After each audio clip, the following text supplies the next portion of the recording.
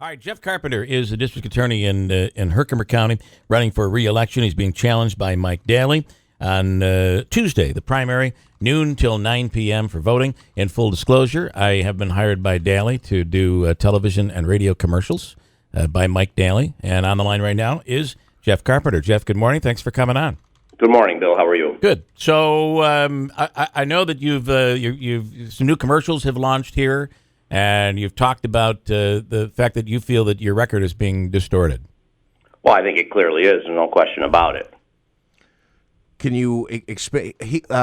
Your opponent has made the claim that basically you're distorting the numbers. If someone's facing several felony counts, basically it gets pled down to one charge. So that looks like only one crime occurred when it may have been multiple incidents. Can you respond to his allegation? Yeah, and I think we dealt with this already on your show once, but certainly the Observer-Dispatch did an entire article on that very issue. And what he's accusing me of is manipulating the numbers. That's the term he uses to try to make the crime rate appear as if it's lower. The Observer-Dispatch contacted DCJS. All my statistics come from DCJS, and DCJS confirmed that the district attorney's office is not in that loop. They don't have the ability to manipulate those numbers. Those numbers are generated by the calls to the police department and then the police department uploading that information directly to DCJS. The DA's office isn't even a part of that.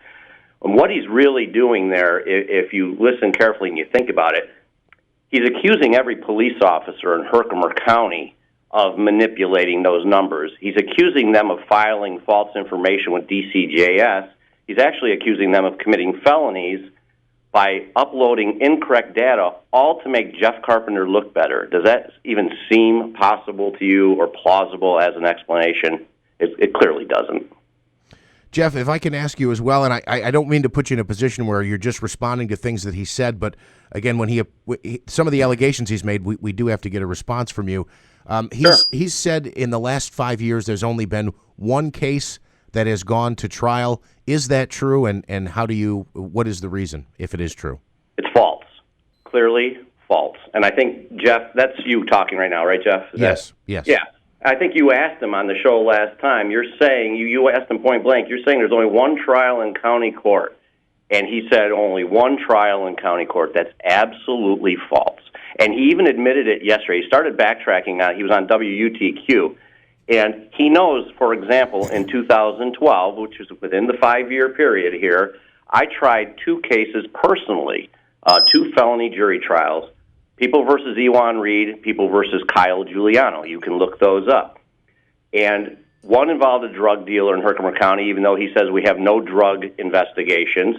That gentleman is still in state prison. And one involved a person accused of molesting a child, and that person is also still in state prison as a result of those trials. My office has conducted numerous trials since I've been the district attorney, but there's 2 instances right there of trials that I had personally, which absolutely makes his claim that there's only been one in the last 5 years false. How many have there been? We have done a total of 8 trials. That includes felonies and misdemeanors since 2012. Okay. Okay. There's been another discussion as well about whether or not Herkimer County is safer. Can you talk about the job that you feel you've done and why people should reelect you? Well, let's take a look. I mean, you look at the numbers. I mean, what other standard would you use to gauge the success of the criminal justice system in your county? You would use the crime rate, clearly. The crime rate has decreased every single year of my administration. The violent crime rate and the index crime rate in 2015 was the lowest since 1990. That's going back 25 years, and that includes the 9 years that my opponent was the district attorney. So I don't take full credit for this, though, Bill. I'm part of the law enforcement community. I work very closely with the law enforcement officers that work in my county. That includes local police officers, state and federal agencies. We work very closely on a daily basis, and we work well together. We are obviously doing something right. If Herkimer County was safest in 2015, look at the rest of the world. Look at the rest of the state. Look at the neighboring counties. It doesn't appear to be getting safer out there, yet Herkimer County is. We're doing something right, and I want to continue to serve the people of Herkimer County in that regard. Jeff, you mentioned the Utica Observer-Dispatch article earlier this morning. The article goes back a few weeks, but you mentioned it earlier in this interview. I believe part of that article, or the focus of that article, was that the approach was more on rehabilitation. Why is that an appropriate way to go about handling crimes and drug cases in Herkimer County? Well, there have been several articles, but I think the one that you're referring to in particular dealt with specifically alternatives to incarceration. So when we were dealing with that question from the Observer-Dispatch and the alternatives to incarceration, we were talking about things like treatment court. We were talking about other avenues that we pursue in Herkimer County. Well, when we talk about the drug issue, number one, clearly Herkimer County is not immune from that. We have the same problems that other people in other communities have in that regard. One of the things that we use, and they use it in other counties also, we have a drug treatment court. And when people are eligible for that, nonviolent offenders whose crimes are driven by their drug addiction or drug use, if they're clinically eligible, we bring them in the treatment court. Our theory there is if we treat the underlying drug problem, that will also, at the same time, address the crime problem. And that's been proven to be hugely successful in Herkimer County. Of course, there's been some failures. And see, the option we give those participants is you either do things the way we want, you go through treatment, you listen to us, we have steps along the way to at least a year-long process, or if you fail out, you go to state prison. Here's your last chance. We're offering this to you. And if they fail out, they go to state prison. Yeah. I wanted to ask you, I know he's brought up, and he had a press conference this week, we're talking about Mike Daley, on the debate issue, and as a he said, she said, he's saying that he informed you and has made attempts to inform you on multiple occasions. You're saying you didn't know. But putting that aside, we've seen debates in this sort of situation. Why not debate him, and what is your reasoning for not debating Daley? Well, I don't want to put that aside, Bill, to be quite candid with you. I did not know about this debate. There's no question about that. He has requested a debate through the Republican committee. That's true, okay? But I don't sit on the Republican committee, and I have nothing to do with their decisions. They unanimously endorsed me. They screened both of us back, I believe it was in April. They screened both of us, gave us equal time, and unanimously endorsed me. So they had no interest in providing a debate, I believe, I can't speak for them, you can call them certainly, to providing a debate for the Democratic candidate. Because after he screened with the Conservative Party, who also unanimously endorsed me, he then went and sought out the Democratic line, and he would be running as a Democrat. So I don't know what he would expect the Republican Party to do for him when he did that anyway. But that's between he and them. That doesn't even involve me. So what did involve me was the debate the other night, where he established this debate. He went out and contacted Steve McMurray from KTV to be the mediator, and he got the hall, and he did all this. Then he held a press conference 5 hours before he told me about this debate, and it's unequivocal. I was sitting with members of the media. I was sitting with the reporter from the Evening Telegram in Herkimer, and Kirk Tupai from WKTV was in my office when the invitation came at 3 o'clock that day.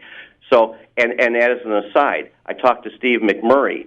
Steve McMurray said Mike Daley called him on Monday, on Labor Day, and said, hey, have you reached out to Jeff Carpenter yet about this debate? And Steve McMurray says, no, we're not reaching out to anybody. We're just the moderator. We're not putting this thing on. So clearly Monday, he knew nobody had reached out to me. He held a press conference at 10 o'clock on Tuesday, still knowing no one had reached out to me, and didn't invite me till 3 o'clock that afternoon when the media was all over it saying Jeff Carpenter didn't know anything about this. And in fairness, I do want to say that in most cases, an incumbent would rather not debate. Any political race that you see, from local races all the way up to national races, the incumbent tends to be at a disadvantage in any debate. Is that your reasoning for avoiding a debate through this? Absolutely not. I'm not at any disadvantage when it comes to my record versus Mike Daley's record. Let's make that clear. But I see no need right now to debate the Democratic candidate in Herkimer County before the Republican primary. I don't see the need. But he's also in the Republican Party. He's also the Republican candidate. I mean, he is a Republican running on the Democratic line. Would you? But he's in the Republican primary Tuesday. Right. I mean that. Right. That's also a fact. Well, because he is a registered Republican, he can be. That's right. But he is running on the Democratic line as a Republican. So after this primary Tuesday, he'll be the Democratic candidate. Would you engage in a debate then? I don't know. We'll, like I said to you before, very early on in this, I'll consider all options as we go forward. But it's got nothing to do with whether or not I'm willing to debate him or not. Listen, I have a real problem, and I think it's been established clearly. I have a real problem with his credibility.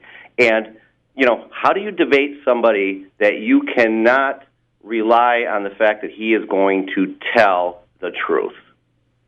And finally, I want to, and I understand I did the disclosure earlier about who hires me and who doesn't, but the last time you were on, you felt that we were being a bit unfair, that we're allowing him to say the things that he has said in his commercials and on the radio.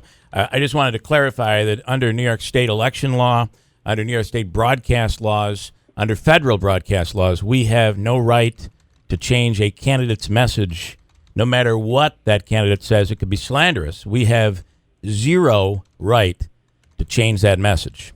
So I just want you to understand that it's not a matter of us deciding not to. We don't have the ability to do so. Well, Bill, I had a conversation after that interview with, I think it was Jeff, actually, and we had worked that out. Okay. But, and I know that, and I realize you disclaim that you work for Mike Daley, but you're currently working on his campaign. It's not that you've done work in the past. I think you're currently working on his campaign. I'm not working on the campaign. I do television commercials, that doesn't mean I go to campaign meetings. I'm not a strategist. I do television and radio commercials. Well, I understand that, Bill. And listen, this isn't, you brought this up. I didn't. But I think the listeners need to know. I looked at his last disclosure, his filing with the Board of Elections, and you run a private corporation out of your home that's been paid $18,000 by Mike Daley's campaign. So, and I believe, and you can correct me if I'm wrong, Bill, but I believe his TV commercial that's running on the air right now was filmed in your backyard. The fact is that the 18th... Well, is that true or not? You're moving into DA mode. I believe that it was. It could have been filmed in my studio. It could have been taped anywhere. But the fact, let me finish. The fact, and I've done many commercials there when you're looking for an outdoor setting. That is correct. But beyond that, the $18,000, most of that money goes in placement. It's called media placement. So our company is paid, and we then place that into television and radio stations. So do you feel I've been unfair to you? I'm just pointing out. No, that's the question. You raised the issue. My question is, do you feel I've been unfair to you at any point during this campaign when we've had you on the radio? Listen, I didn't bring this up. I've asked you a specific question. Do you feel I've been unfair to you at any point during this campaign on the radio? I am trying to be as candid as I can be with, your radio show. I come on it every time. I return the calls every single time. I had a nice discussion with Jeff after the last time we were on. I thought that was done and over with, and you just brought it back up. So I'm not in a debate. Listen, I'm not in a debate with you right now, Bill, okay? I agree with that. I'm just stating the facts. Yeah. And I think the disclaimer that you give brushes over or glosses over. I mean, $18,000 is a lot of money in Herkimer County. I don't know where it goes. I'll be honest with you. You just stated some of the places it goes, but it's not stated on the disclosure. What I do know is it went to your privately held corporation. So you feel that because of that, I've been unfair to you, and that you're at a disadvantage when you come on the radio here? When did I say that you've been unfair? You're alluding to that. You're alluding to that. I mean, in fairness, you're alluding to that. I didn't allude to it. You brought it up out of the blue. We were just having a very nice discussion about this debate, and you brought up the last interview. I didn't.